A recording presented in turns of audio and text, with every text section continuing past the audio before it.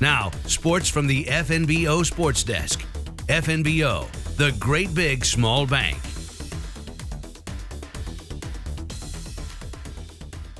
Plenty of highlights to get to from over the weekend at Scottsbluff High School. A pair of district finals. Let's start with this Saturday game, the win for the weekend. It was for the Scottsbluff boys. They beat Seward 61-43 as the Cats advanced to the state tournament in Lincoln. Seward came in with a more deliberate attack compared to what Scottsbluff likes to play, and after trailing by 2 at the end of the first quarter, Scottsbluff was able to surge in front in the second quarter, outscoring the Blue Jays 13-6 to go in front by 5 at halftime. The real tone setter, though, came immediately in the third quarter as Seward burned a little bit of clock on the opening possession before Tate Talkington came up with the steal and got the easy run out the other way for the conversion, and Scottsbluff was on their way. End of the quarter, a big three from Tyler Hari, and then in the fourth it was more from Hari as he drilled 3 more threes to finish off Seward. Hari finished with a game-high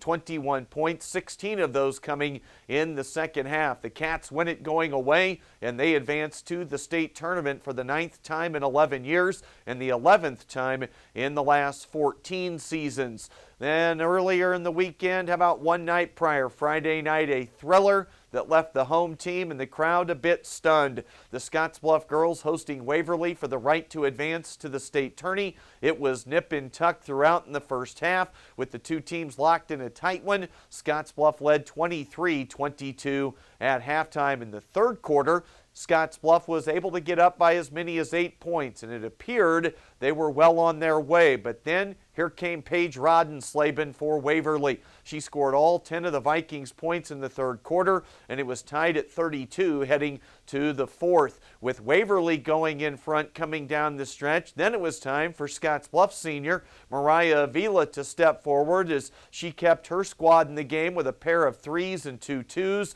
the last of which put Scottsbluff in front 48-47.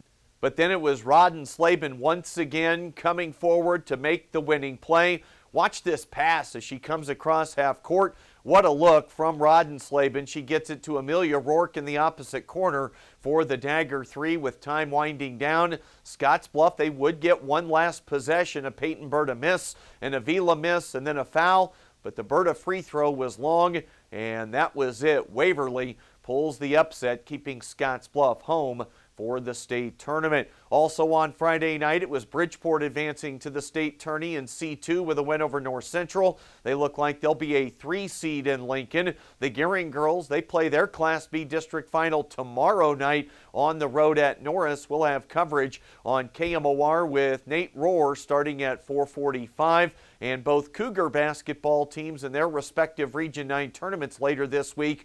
Both these games on Thursday. The women, they get Northwest College in round 1, while the men, coming off a win over Lamar in their playoff opener this past weekend, they hit the bracket portion now to play Western Wyoming. Both those games coming up on Thursday at Region 9 tourneys. That is the latest today from right here at the FNBO Sports Desk. I'm Chris Cottrell.